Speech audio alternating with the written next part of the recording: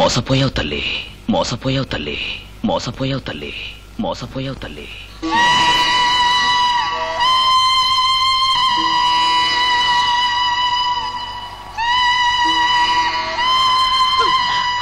పాపిష్టిదానా, సర్వనాశనమైందే. నిప్పులాంటి మన కుటుంబానికి మత్తు తీసుకొచ్చావు కదే. రేపటి నుంచి మీ నాన్న ఈ ఊళ్ళో ఎలా తలెత్తుకు తిరుగుతారు? ఏవండి, ఇలాంటి కూతుర్ని కన్న నేరానికి నాకు ఏ శిక్ష వేసినా వేయండి. అమ్మా ఇలా చూడమ్మా, జరిగింది ఏదో జరిగిపోయింది, ఇక ముందు జరగాల్సింది చూడండి. బలరామయ్య, ముందు విజయని ఇంటికి తీసుకుపోవయ్యా. విజయ, రామ్మా ఇంటికి పోదాం. నన్ను క్షమించండి నాన్న, మొదటిసారిగా మీ మాటకి ఎదురు చెప్తున్నా.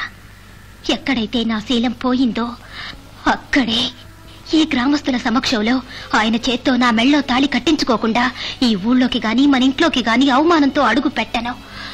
అంతవరకు దయించి నన్నెవ్వరూ బలవంత పెట్టకండి. విజయ, నేను మీ కూతుర్ని నాన్న. ఏం పిల్లవే, ఏమిటి నీకింత పట్టుదల? వాడెవరు, ఏ ఊరు, పేరేదో తెలుసా నీకు? పేరు శేఖర్, ఊరు మెడ్రాస్. ఊరు మెడ్రాస్ అంటే వాడు అడ్రస్ కూడా నువ్వు అడగలేదా? చెప్పవే, చెప్పవే అంటే. విజయ, అంత పెద్ద పట్టణంలో ఎలా కనిపెట్టడం అమ్మా? వాడిని చూసింది ఇద్దరు, ఒకరు నువ్వు, ఇంకొకడు వీరయ్య. వీరయ్య ఈ ఊరు వదిలిపెట్టి ఎక్కడికి పోనంటూ విరక్తి భావంతో బతుకుతున్నాడు. నువ్వు తాళి కట్టేంత వరకు ఈ చోటు వదిలి కదలంటూ మొండి పట్టు పడుతున్నావు. మరి ఎలాగమ్మా వాడిని కనిపెట్టడం? ఏమయ్యా, మీరెవరైనా వాడిని చూశారా? నేను చూశానండి. నువ్వు చూసావా? అవునండి, విజయ కుర్రాడు కలిసిమెలిసి తిరగడం నేను చూశానండి. ఏమ్మా, మళ్ళీ ఆ కుర్రాడు కనబడితే నువ్వు వాడిని గుర్తుపట్టగలవా? తప్పకుండా గుర్తుపడతాను. విజయ, నువ్వేం దిగులు పడకు. నేను రాము, మూర్తి వీళ్లతో కలిసి పట్నం వెళ్లి ఏదో విధంగా శేఖర్ని కనిపెట్టి నీ మెళ్ళో తాళి కట్టేట్టు చేస్తాను. కనకం, వీళ్లతో కలిసి మనము పట్నం వెళ్దాం. ఆగండి.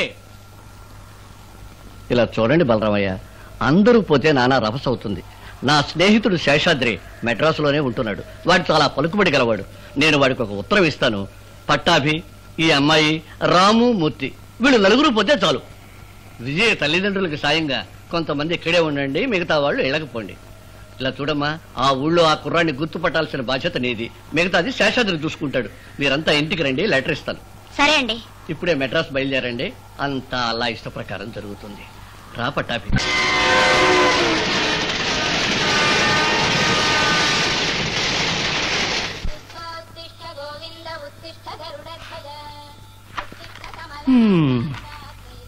శ్రీనివాస, కలి ప్రభావం. ఏమయ్యా, ఇంత పెద్ద పట్టణంలో ఒట్టి పేరు మాత్రం తెలుసుకుని అతన్ని మనం ఎలా కనిపెట్టడం? వాడు ఏ మూలన్నా ఎంతమందిలో ఉన్నా సరే మనిషిని చూస్తే నేను గుర్తుపడతాను. మనకు కనపడాలిగా. నా ఫ్రెండ్ ఒక ఆయన ఉన్నారు, ఈ విషయం చెప్పి నేను ఆయనతో మాట్లాడొస్తాను. స్నానం చేసి భోంచేసి మీరంతా రెస్ట్ తీసుకోండి. అయ్యా, విజయ జీవితం మీ చేతుల్లో ఉంది, మిమ్మల్ని నమ్ముకున్నాం. మనిషిని నమ్మేం ప్రయోజనం? ఆయన్ని నమ్మండి. శేషు, ఇలాంటి కుర్రాళ్ళందరూ beach, driving restaurant, club, bar, పెద్ద పెద్ద హోటల్స్ ఇలాంటి స్థలాల్లోనే ఎక్కువగా తిరుగుతుంటారు. మనం అవన్నీ వెతుకుతాం.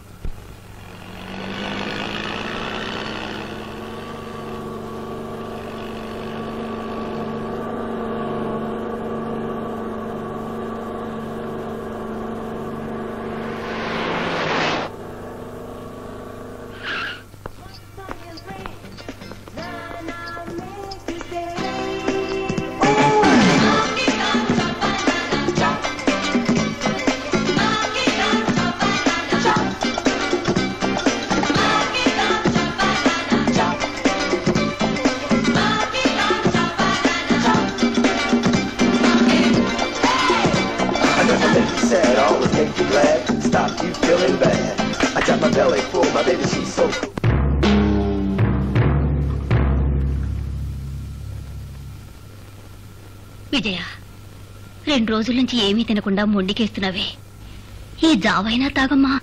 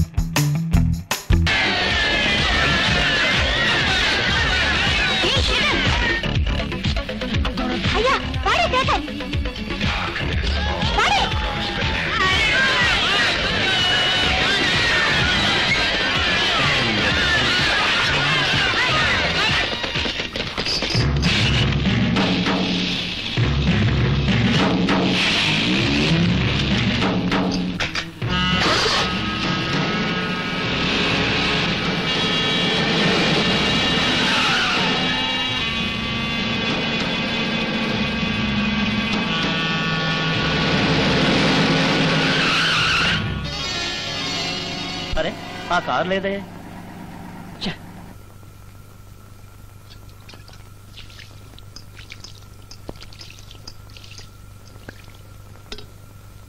టెలిగ్రామ్ వచ్చిందండి.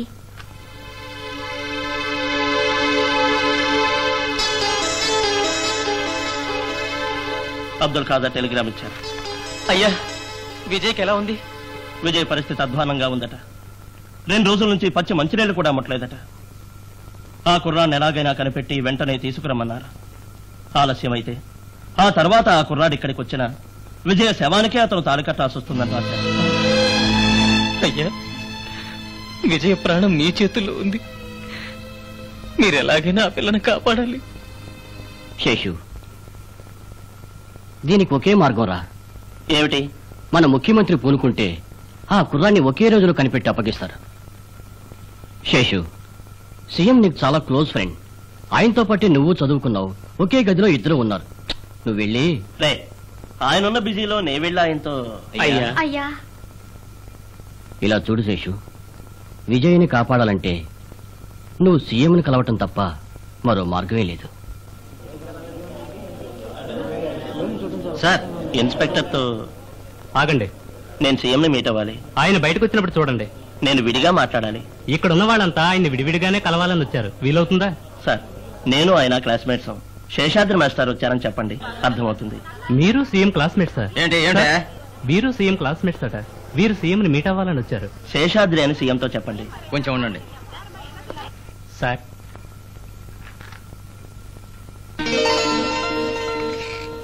శేషాద్రి, నమస్కారం. నమస్కారం. నమస్కారం.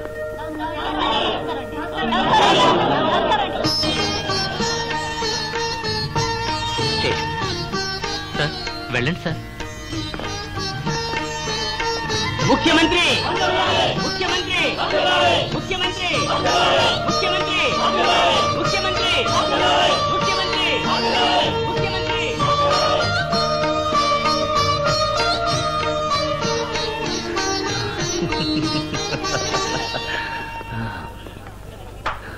సారా, ఏరా శేషు, నువ్వు ఈ రాష్ట్రంలోనే ఉన్నావా?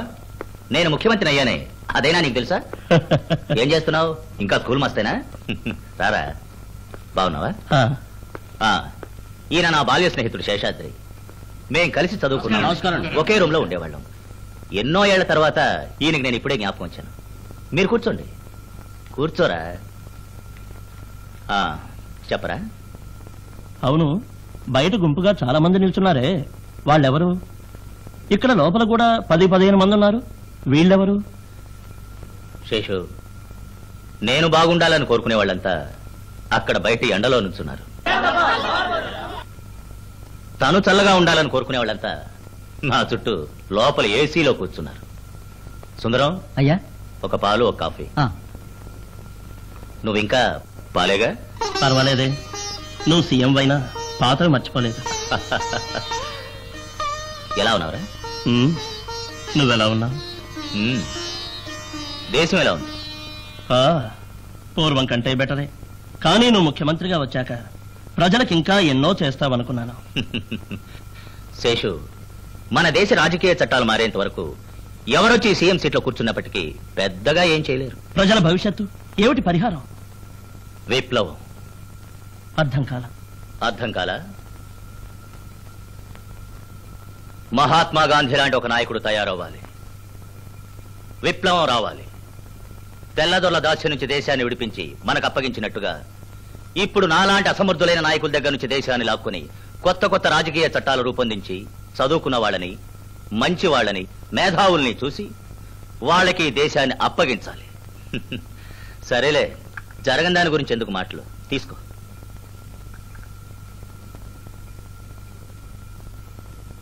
ఒరే శేషు, నువ్వు మారనేలేదురా. తర్వాత నేను ఇక్కడికి ఒక పని మీద వచ్చాను. ఏమిట్రా అది?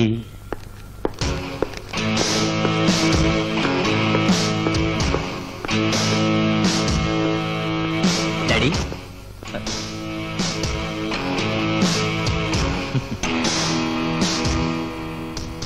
ఏమిట్రా శేషు అలా చూస్తున్నావు? వీడు మా అబ్బాయి Shekhar. Hello uncle. Shekhar, uncle దగ్గర ఆశీర్వాదం తీసుకో. డాడీ నేను కాలేజ్కి వెళ్ళొస్తాను. హ్మ్. వస్తా అంకుల్. శేషు, వీడు నాకు ఒకే కొడుకు, గారాల కొడుకు. అవును, ఏదో చెప్పొచ్చావే? ఏం లేదు. ఏదో పని మీద వచ్చానన్నా? అది నిన్ను చూసిపోదామని వచ్చాను. సరే, నీకెన్నో పనులుంటాయి, నేను మరోసారి వస్తాను. శేషు, వీలు చూసుకొని వస్తూ ఉండు. వస్తాను.